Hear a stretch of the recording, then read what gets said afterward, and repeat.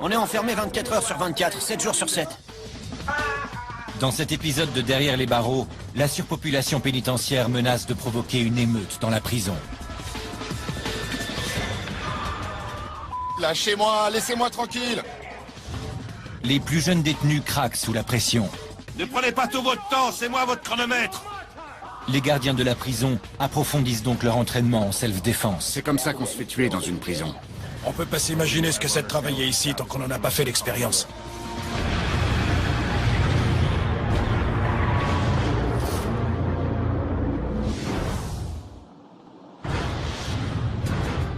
Elle s'étend sur plus de 39 hectares à l'ouest de Chicago, aux États-Unis.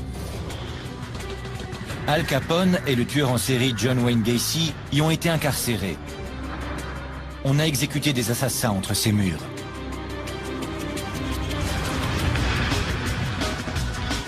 C'est un endroit charnière entre la liberté et la prison. Tous les détenus sont innocents jusqu'à preuve du contraire.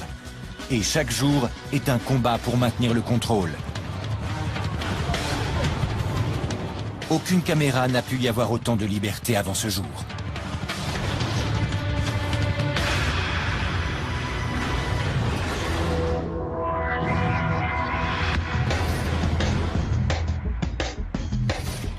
La prison du comté de Cook est le plus grand établissement pénitentiaire des États-Unis. Mais la surpopulation est une menace constante.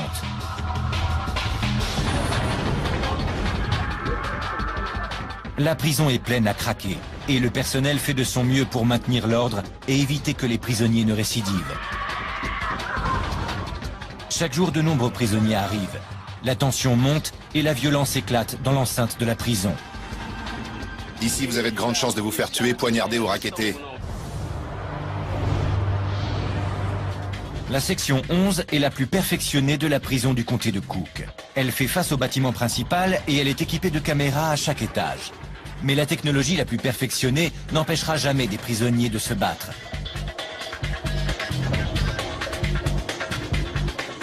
Les caméras de surveillance de haute technologie du bâtiment filment Joshua Townsell, 21 ans, alors qu'il s'approche d'Eric Miranda, 31 ans, un prisonnier de longue date. Les deux détenus ont un compte à régler à propos d'une télévision cassée. Il s'est approché de moi, aussi vicieux qu'un serpent. Il m'a parlé gentiment, comme si de rien n'était, pour me mettre en confiance. Joshua Townsell est agressif et il mesure 2 mètres. Il prend Eric Miranda par surprise. Je me suis retourné, il m'a frappé. Et impossible de me défendre. Il y a des détenus dans la salle, mais pas de gardien en vue pour protéger Eric Miranda. Il est seul face à un ennemi beaucoup plus imposant que lui. Je l'ai frappé plusieurs fois au visage. Je l'ai éclaté contre les marches et je suis parti. Pendant ce temps-là, l'un des membres du groupe de Joshua Townsell agresse l'ami d'Eric Miranda. Joshua s'éloigne alors qu'Eric s'écroule sur le sol. Je peux pas ouvrir la bouche complètement, parce que toute ma mâchoire est encore gonflée. J'ai une dent qui me gêne, il va falloir l'arracher. Il m'a fait mal. Il m'a vraiment fait très mal. Lorsque les prisonniers craquent, il y a toujours quelqu'un qui trinque. Et impossible de prévoir ce qui déclenche leur violence.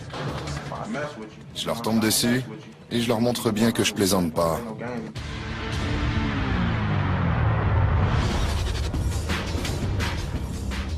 La section 5 reçoit de nouveaux venus.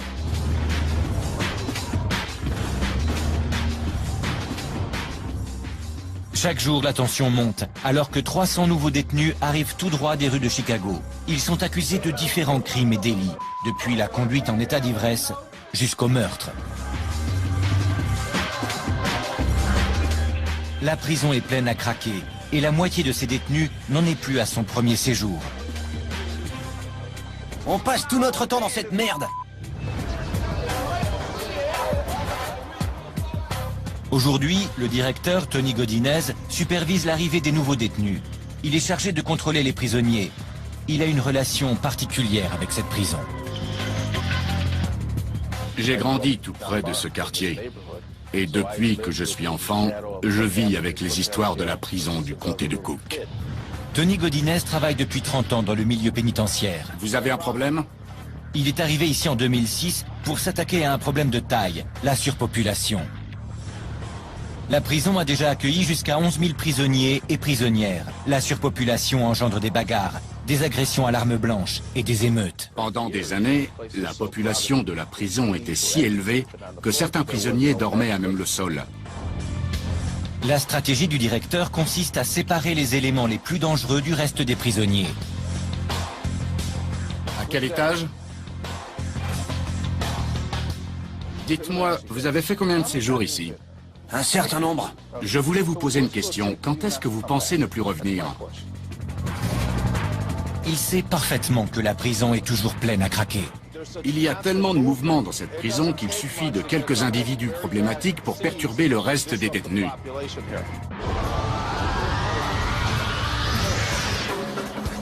Les prisonniers sont de plus en plus nombreux à arriver et il faut déplacer d'autres détenus pour faire de la place.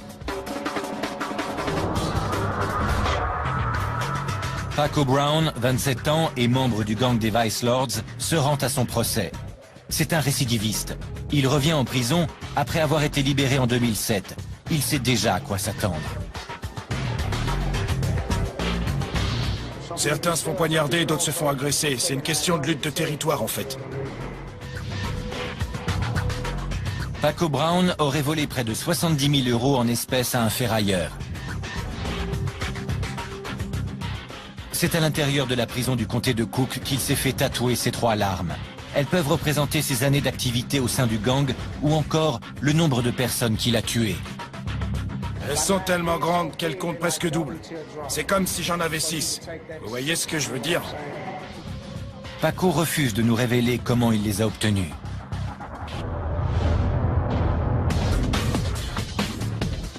À leur arrivée, tous les types de criminels se retrouvent dans la même pièce. Les meurtriers présumés et les membres de gang, tout comme les prostituées transsexuelles. Isaiah Whitehead mesure 1,90 m et il ne passe pas inaperçu.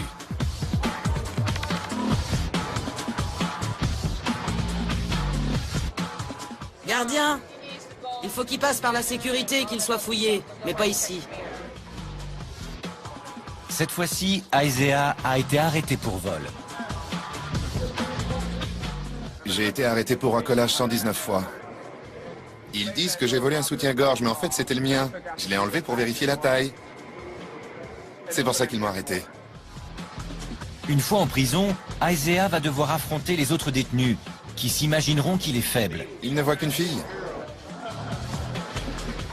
Mais Isaiah ne se laissera pas faire. Faut savoir se défendre et les remettre à leur place. Ils vous traitent d'homosexuels ou de transsexuels. Certains prisonniers, enfermés avec des membres de gangs ou de dangereux criminels, craignent pour leur vie. Dans la section 9, ces prisonniers choisissent d'être mis en détention pour leur intérêt personnel, c'est-à-dire en détention protégée.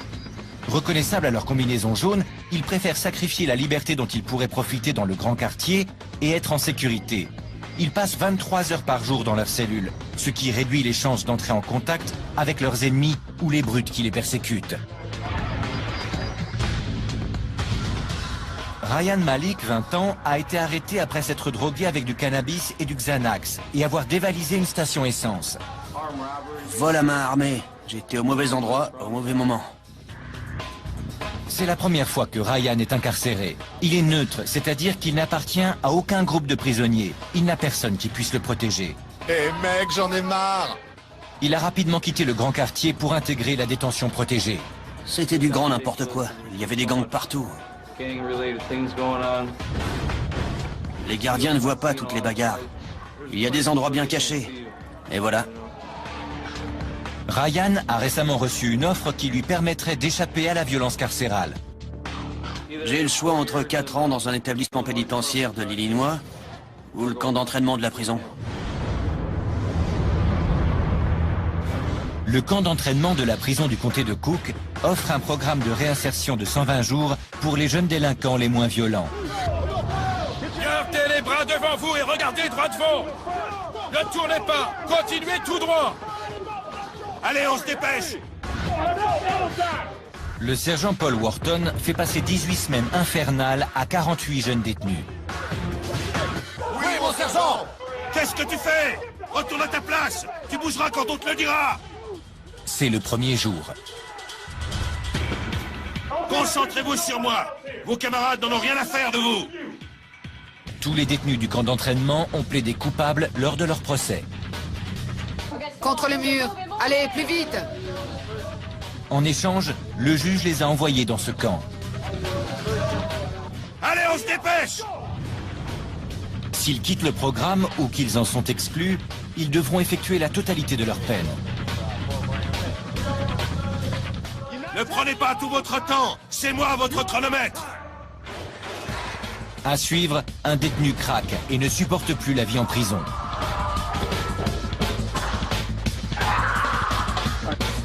Et un autre ne respecte pas les règles de la section 1.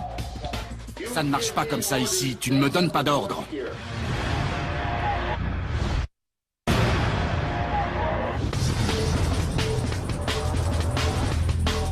La prison du comté de Cook à Chicago aux États-Unis. Les cellules sont pleines et la tension monte parmi les détenus. La situation est véritablement explosive.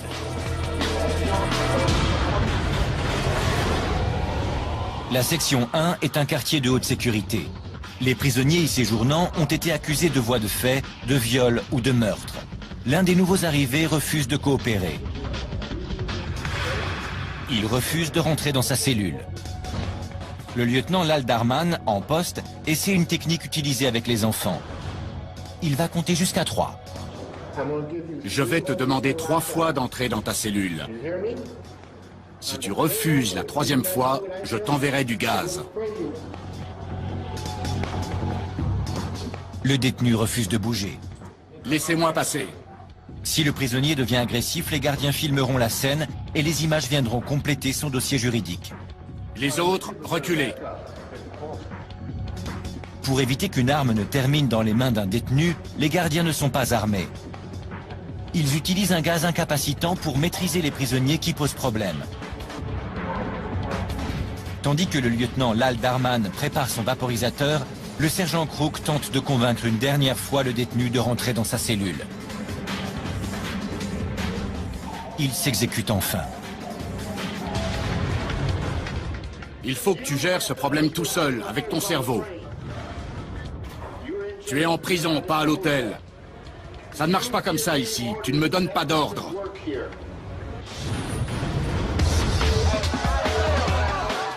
Les nouveaux détenus ont du mal à s'adapter aux règlements très stricts de la prison. Ok, on y va. Ils doivent marcher quand on le leur ordonne, se lever quand on leur dit de se lever et se coucher quand on leur en donne l'ordre. Ils ont l'impression d'être traités comme des enfants, et c'est le cas.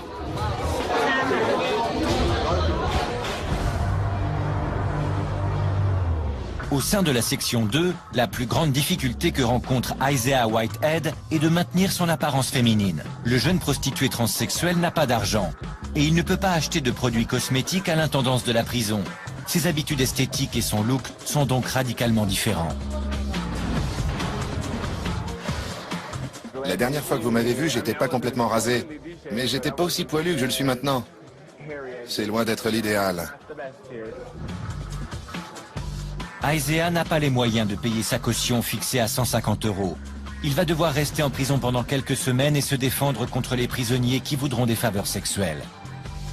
Ils se prennent pas pour n'importe qui.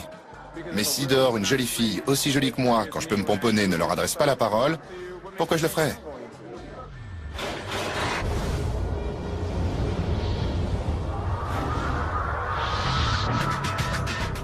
Dans la section 6, Paco Brown, 27 ans, obtient facilement ce qu'il veut.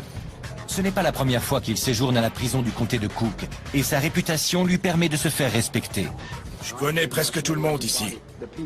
Il y a toujours quelques grandes pointures à connaître en prison. Et l'influence que vous avez dans la rue vous suit en prison. L'élément le plus important pour un séjour confortable en prison, c'est l'argent. Si vous avez de l'argent, vous pouvez vous en sortir. Si vous êtes fauché, même si vous avez des relations, vous allez galérer. Ici, c'est vraiment l'argent qui fait le bonheur. Et Paco ne le sait que trop bien. Quand vous êtes en haute sécurité, vous devez vraiment faire attention à ce que vous dites et ce que vous faites. C'est plus dangereux. Je suis assez costaud.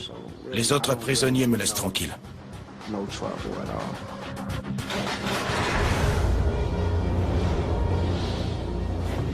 Pour échapper à la prison, certains détenus optent pour le camp d'entraînement. De nombreux prisonniers attendent pendant des mois de pouvoir intégrer ce programme. Vous ne pouvez faire bonne impression que la première fois. Encore du nerf! Si ces jeunes délinquants terminent le camp d'entraînement et sont relâchés, ils ont 2 fois moins de chances de récidiver que les autres détenus. C'est bien compris? Oui, mon sergent! Le camp d'entraînement est extrêmement strict. Les prisonniers doivent faire de l'instruction, assister à des cours, et les sergents instructeurs passent leur temps à leur hurler dessus. Vous devriez avoir honte! Recommencez. Allez, plus vite. Levez bien votre plateau et gardez les pieds serrés.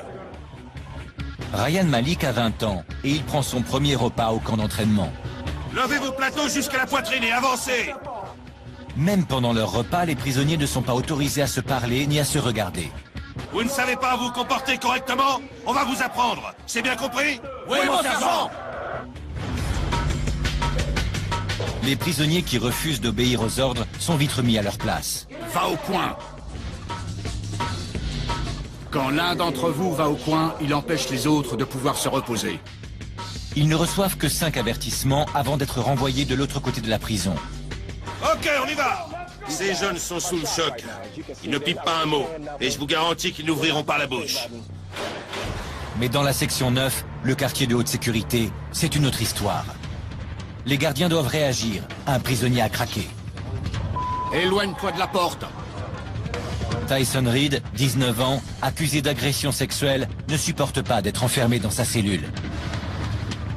Il est maintenant dans la salle commune de la section 9, mais il refuse d'obéir aux ordres et de regagner sa cellule.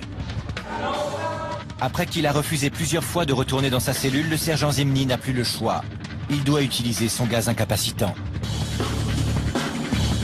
Mais alors que le gaz lui brûle les yeux, Tyson continue à provoquer les gardiens. Il trébuche et le sergent Zimny en profite pour l'aveugler à nouveau. Cette fois-ci, le gaz est efficace. Ok, retourne-toi et mets les mains derrière le dos. Tout de suite! Mets les mains derrière le dos! Les gardiens parviennent à maîtriser le délinquant agité et l'emmènent pour qu'il se nettoie le visage. Enferme-le. Enfoiré. Dans la section 6, un jeune agressif est emmené après avoir frappé un gardien. Ne t'avise pas de me toucher. Reste tranquille. Il a refusé les menottes et a frappé un gardien au visage.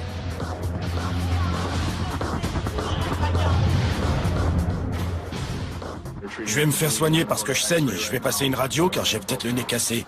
Ça fait partie de notre boulot, c'est pour ça qu'il est aussi stressant. On peut pas s'imaginer ce que c'est de travailler ici tant qu'on n'en a pas fait l'expérience. Personne peut comprendre ce que c'est. Lorsque les détenus deviennent violents, c'est à la brigade criminelle de renseignement, la CIU, de les traduire en justice. Dans la section 9. Tyson Reed est accusé d'avoir craché sur un gardien. Il n'a créé que des problèmes depuis son dernier incident il y a quelques jours. Le jeune homme de 19 ans reçoit donc la visite des inspecteurs du CIU, Joe Dugonzik et Jim McCaffrey.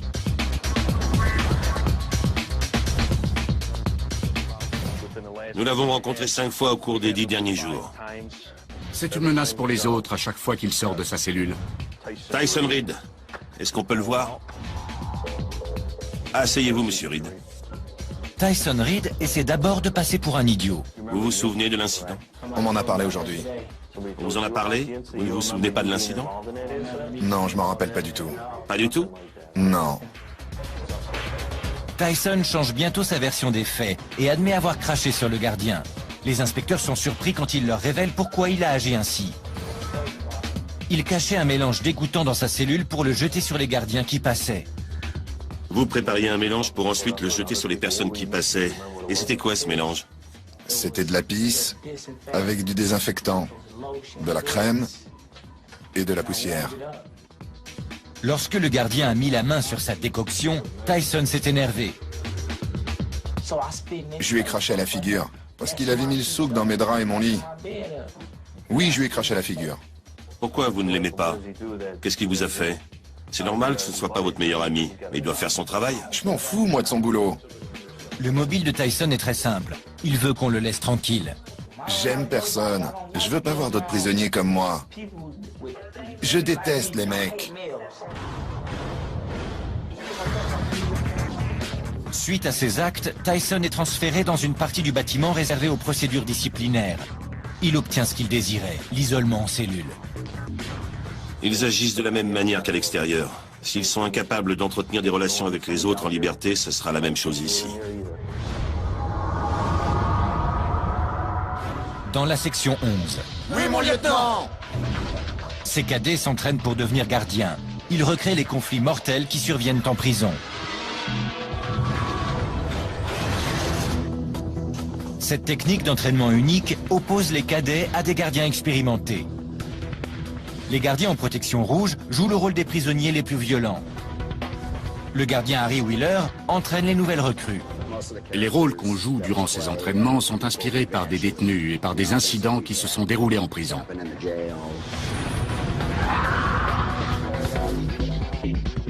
Les élèves rencontrent immédiatement des problèmes dès qu'ils demandent aux faux prisonniers de regagner leurs cellules. À vos cellules!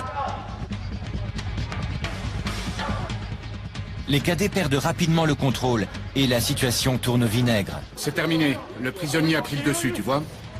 Les faux prisonniers se jettent immédiatement sur la cadette Monique Cooper. Allez, défends-toi, sinon je vais te poignarder. L'instructeur James Banks fait tout de suite remarquer aux cadets que si l'exercice n'en était pas un, ils auraient tous eu de très gros problèmes. Ils allaient vous emmener dans leur cellule. La première chose qu'ils font quand ils repèrent une femme, c'est d'essayer de l'emmener dans leur cellule. Je peux vous poser une question? Oui, sergent. Vous étiez comment en ce moment-là? J'étais toute seule, sergent. Exactement, c'est à ce moment-là qu'on se retrouve avec un couteau sous la gorge. On ne va pas vous expliquer quoi faire une fois arrivé là. Votre vie est en danger et il faut prendre des décisions difficiles. À suivre, les gardiens de la section 1 découvrent quelque chose qui surprend même le personnel le plus chevronné. On ne voit jamais ce genre de choses. Je ne bougerai pas! Et les cadets doivent faire face à une situation terrifiante. J'ai récupéré l'arme!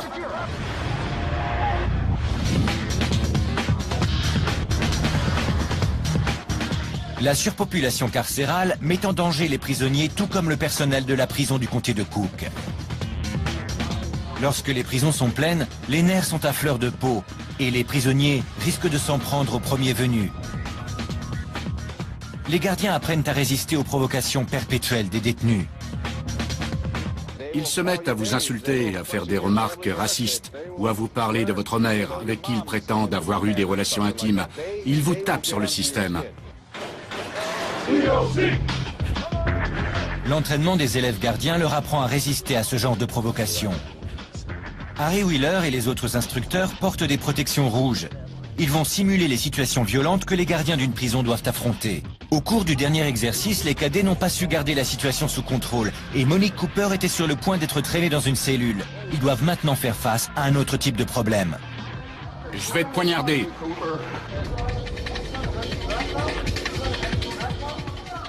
Ok les gars, tous à vos cellules.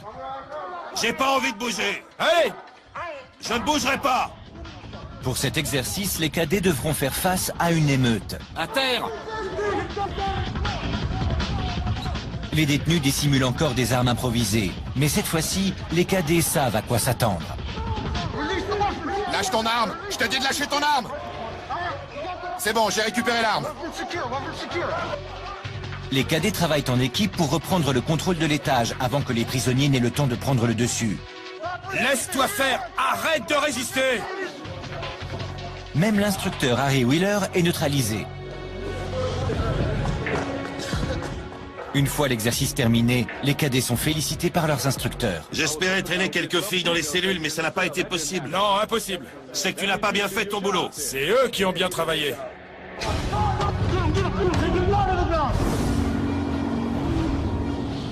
Le bâtiment que les gardiens craignent le plus, c'est la section 1. Parmi les 1200 prisonniers de ce quartier de haute sécurité, nombreux sont ceux qui ont été inculpés pour meurtre ou viol. C'est l'endroit où circule le plus d'armes improvisées, fabriquées par les détenus. Les gardiens l'appellent l'usine à lames.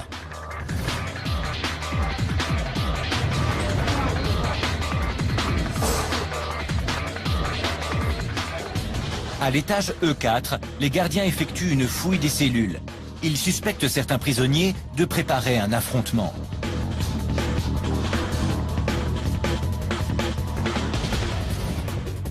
Alors que les prisonniers se trouvent dans la salle commune, les gardiens fouillent minutieusement les cellules, les couloirs et toutes les cachettes potentielles.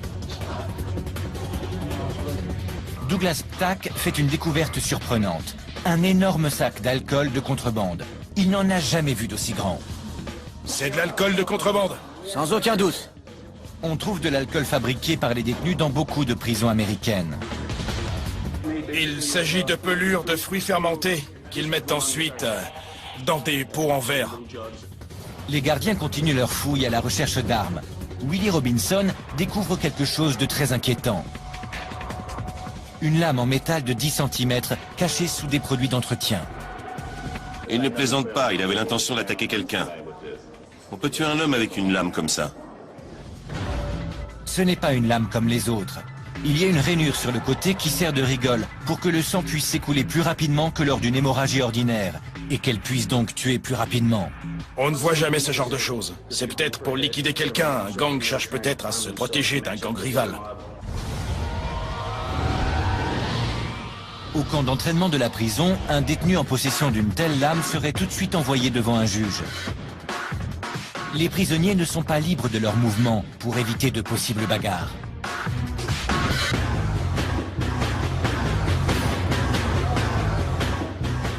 Levez-vous! Allez-y, levez-vous! Oui, mon sergent! Regardez droit devant vous. Vos pieds doivent être à un angle de 45 degrés. Restez immobile. Ne bougez pas d'un poil. Les prisons sont pleines à craquer de détenus dangereux. Les gardiens souhaitent que les jeunes délinquants qui ne sont pas agressifs sortent le plus rapidement possible. Alignez-vous par 3. Gardez les yeux devant vous. Ryan Malik purge une peine pour vol à main armée. Pour lui, le choix qu'il a à faire est évident. Je peux passer 4 ans en prison ou venir ici et repartir à zéro. Les méthodes du programme de réinsertion ont prouvé leur efficacité. 50% des prisonniers qui purgent leur peine dans les autres bâtiments de la prison récidivent, alors que seulement 20% des prisonniers du camp d'entraînement retournent en prison. Je suis très sérieux, aussi vite que vous le pouvez. Mais pour James Hughes, qui a intégré le camp d'entraînement, ces statistiques ne sont pas convaincantes. Le jeune délinquant de 21 ans doute de lui-même. Il rencontre le directeur du camp, John Harrington. Détends-toi. Le capitaine m'a dit que tu voulais abandonner le camp, c'est vrai?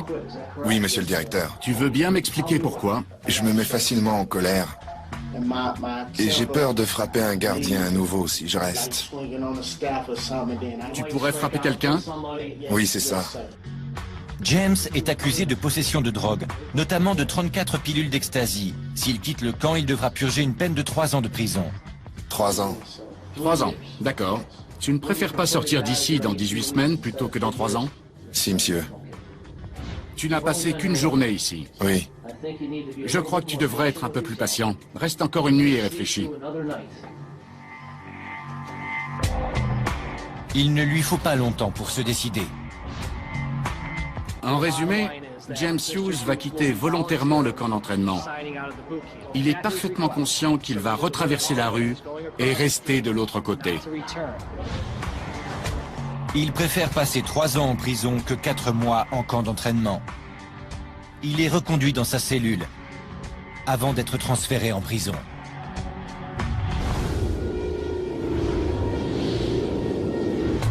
Dans la section 6, un groupe de prisonniers a choisi d'assister à des cours, alors même qu'ils risquent d'écoper d'une longue peine de prison. Voilà vos toges. Un peu de calme, s'il vous plaît. Ces 19 élèves sont inculpés de divers crimes, parmi eux des vols à main armée, des viols et des meurtres. Aujourd'hui, ils terminent le lycée. Le major de la promotion, Lawrence Dupri, est accusé d'homicide volontaire. Il faisait partie d'un gang et aurait tué un membre d'un gang rival durant une fusillade. Nous tous, ici présents, nous ferons ce que chacun doit faire dans la vie. Prendre des décisions. Certains feront le bon choix, d'autres le mauvais. Ça fait partie de la vie. Vous pouvez faire passer le pompon de votre toque à gauche. Félicitations! Au travail! Il n'y aura pas de fête de fin d'année pour ces jeunes lauréats. Ils regagnent leur cellule de 2,5 mètres sur 3. Ils resteront en prison jusqu'à ce qu'ils soient condamnés ou déclarés innocents. Vous avez en face de vous le major de la promo, qui retourne à sa cellule. La partie de la section 9 réservée aux étudiants est tout aussi dangereuse que le reste de la prison. Avancez!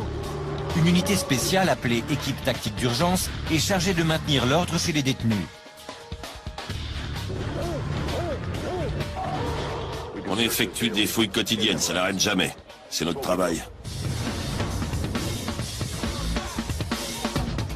Chaque année, environ 100 000 détenus séjournent à la prison du comté de Cook. Même s'ils sont présumés innocents tant qu'ils n'ont pas été reconnus coupables, ils pourraient représenter une menace pour les autres détenus ou le personnel de la prison. Leur séjour dans cette prison n'est pas leur punition. C'est simplement un moyen de les séparer du reste de la société. Lorsque des prisonniers dépassent les limites, le directeur Tony Godinez ne peut pas se permettre d'y penser à deux fois. Hors de question de supporter des comportements difficiles. En cas de problème qui pourrait menacer la sécurité de la prison, on envoie une équipe.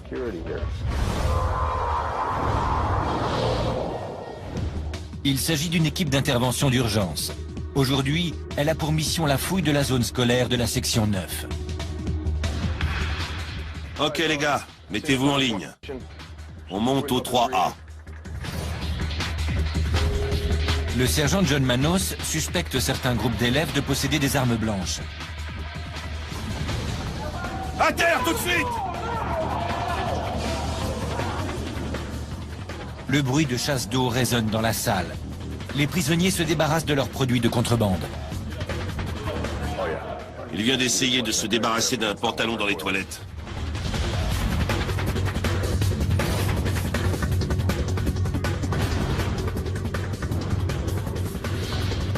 Il découvre des messages codés passés d'un détenu à un autre. Ce sont des ordres venant d'un gang. Ils mettent 6 semaines à inventer un code que nous déchiffrons en à peine 30 secondes. Ce message dit qu'il y a 5 lames, 5 armes blanches à cet étage. On va passer notre journée à le fouiller.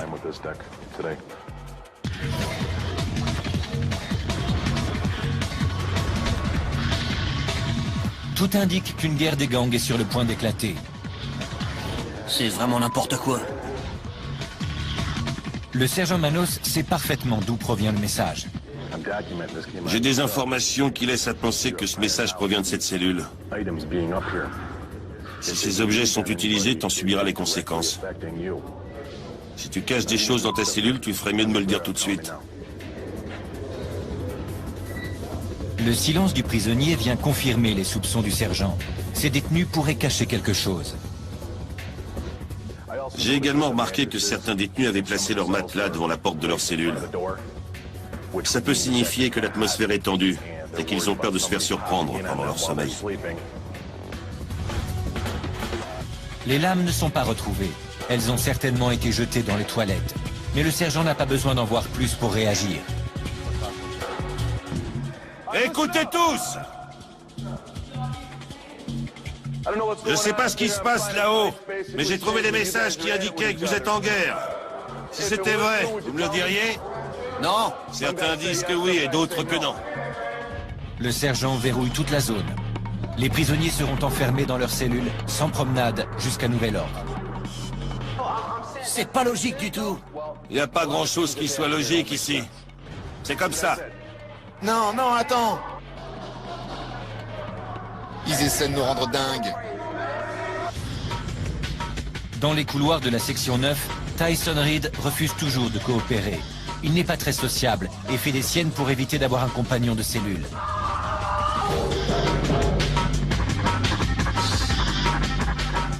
Depuis qu'il a craché sur un gardien, il a été accusé de 5 ou 6 autres délits.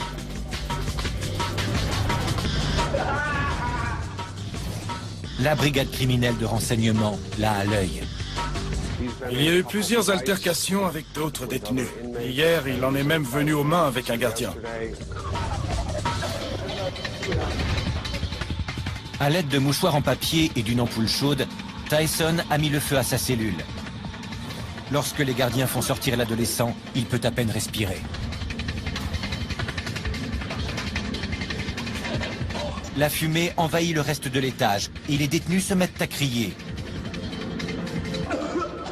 On va mourir! Quel est ton problème aujourd'hui? Les gardiens emmènent Tyson et le conduisent à l'hôpital. Pourquoi tu as mis le feu? Le lendemain matin, il regagne sa cellule calcinée et explique pourquoi il a fait ça. J'ai allumé un feu. J'étais énervé. Fallait que je me défoule. Et il ne compte pas s'arrêter là. Vous voulez voir ce que je vais faire demain? Vous voulez voir? Dans le plus grand établissement pénitentiaire des États-Unis, la surpopulation menace de faire craquer les détenus. Pour réduire la violence, la prison doit absolument faire diminuer le nombre de prisonniers. Le directeur général de la prison, Tony Godinez, ne le sait que trop bien. C'est hallucinant. Près d'un demi-million de personnes transitent par cette prison chaque année. En conséquence, il y a des altercations et des agressions à l'arme blanche. Dans la section 6, certains petits délinquants rentrent chez eux. La prison tente d'accélérer le processus de remise en liberté. Avancez sur une même file, sur une même file. Une file, une seule file. Le juge les assigne à résidence grâce à un système de surveillance électronique. Je vais vous demander de me remplir ces formulaires. Les inspecteurs s'assureront que vous ayez un endroit où loger. Mais il existe une condition. Il faut qu'un proche vous accueille chez lui. Quel est votre numéro de dossier? Ils peuvent utiliser les téléphones pour trouver un endroit où loger. Les prisonniers devront porter un bracelet électronique à la cheville 24 heures sur 24. Il y a un appareil portable qui est relié à la ligne téléphonique de la maison. Si le signal ne nous arrive plus, on sait que le prisonnier a quitté son domicile. José Rivera, 27 ans, est accro à l'héroïne. Il est sur le point de rentrer chez lui, mais il doit d'abord convaincre son père de lui ouvrir sa porte. Non, non, écoute-moi, ils essaient de me donner l'opportunité de sortir. Papa, je t'en prie. Je t'en supplie. J'ai personne d'autre, papa. José Rivera a déjà séjourné à la prison du comté de Cook. Il volait pour acheter de la drogue et ses relations avec ses proches sont loin d'être au beau fixe. Je connais personne d'autre, papa, s'il te plaît. Ok, bye. J'ai nulle part où aller. Nulle part? Non. José Rivera n'a nulle part où aller. Il restera donc à la prison du comté de Cook. Mon père veut que je reste en prison. Je peux pas rentrer chez moi. Il dit que c'est mieux pour moi.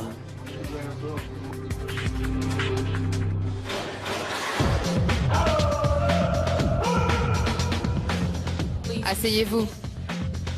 De l'autre côté de la prison, Ryan Malik et les recrues de sa section portent également des bracelets électroniques. Aujourd'hui, il ne s'agit pas seulement de sortir de prison. Aujourd'hui, ils rentrent chez eux. Ryan Malik. C'est la remise des diplômes au camp d'entraînement. Bravo, vous avez réussi. Je vous félicite à nouveau. Continuez comme ça. Oui, monsieur le directeur! Cette cérémonie marque la fin de la première phase du programme du camp d'entraînement. Clark! Les instructeurs rappellent immédiatement aux prisonniers qu'ils seront encore sous contrôle judiciaire pendant les 8 mois suivants. N'oubliez pas d'apporter cet uniforme chaque fois que vous venez au rapport. Oui, mon sergent! Une fois que Ryan aura quitté le camp, il sera assigné à résidence pendant 4 semaines, puis en liberté conditionnelle.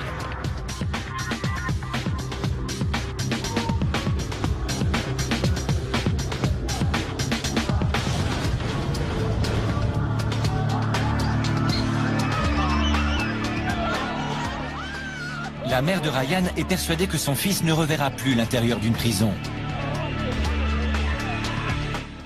C'est très positif. Sa vie sera bien meilleure maintenant. Il voit les choses différemment.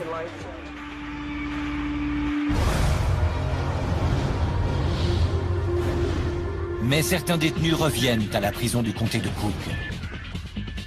À l'extérieur de la section 11, des gardiens ont découvert un problème préoccupant, un point faible dans le système de sécurité. Les gardiens découvrent 2 personnes au comportement suspect sur le terrain de la prison. Comment êtes-vous sorti de prison? J'ai purgé ma peine. Et vous étiez où? Dans la section 11. Les 2 hommes ont été relâchés il y a quelques heures à peine. Les gardiens m'ont communiqué par radio qu'ils t'avaient vu jeter de la contrebande. C'est pas vrai. Vous dites que c'était un caillou? Oui.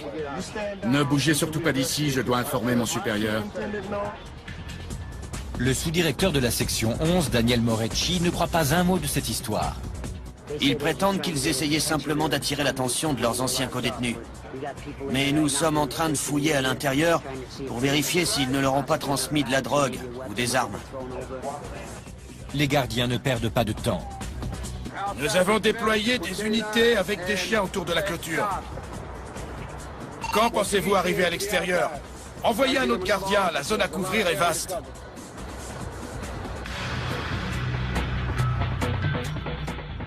Une fouille minutieuse de toute la zone ne donne rien. Si de la drogue ou des armes ont été transmises à la section 11, elles ont maintenant disparu au cœur de la prison. On ne sait pas ce qu'ils ont jeté. Ils disent qu'il s'agissait seulement de cailloux, qu'ils voulaient dire au revoir à leurs amis restés à l'intérieur. Aucune preuve n'ayant été retrouvée, les 2 suspects sont relâchés.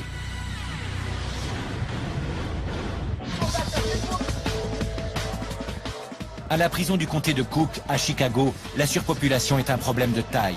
Plus il y a de nouveaux arrivants et plus il y a de problèmes. Le directeur, Tony Godinez, et le personnel de la prison tentent d'éviter que la violence n'éclate et que les prisonniers ne récidivent. Nous voyons avec inquiétude les prisonniers qui reviennent les uns après les autres. Si la situation ne change pas à l'extérieur, les risques que ces détenus récidivent et reviennent en prison sont très élevés. Chaque jour, des centaines de prisonniers sont relâchés. Quand vous entendez votre nom et votre prénom, levez la main bien haut, d'accord? Ceux qui ont suffisamment d'argent pourront payer leur caution avant leur procès. D'accord, désolé.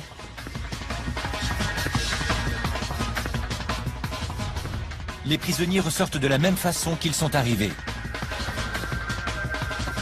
Certains ne remettront jamais les pieds dans une prison, mais la moitié d'entre eux reviendra à la case départ d'ici 1 an. D'autres prendront un bus qui les emmènera dans une autre prison. Leur séjour à la prison du comté de Cook est terminé, pour le moment.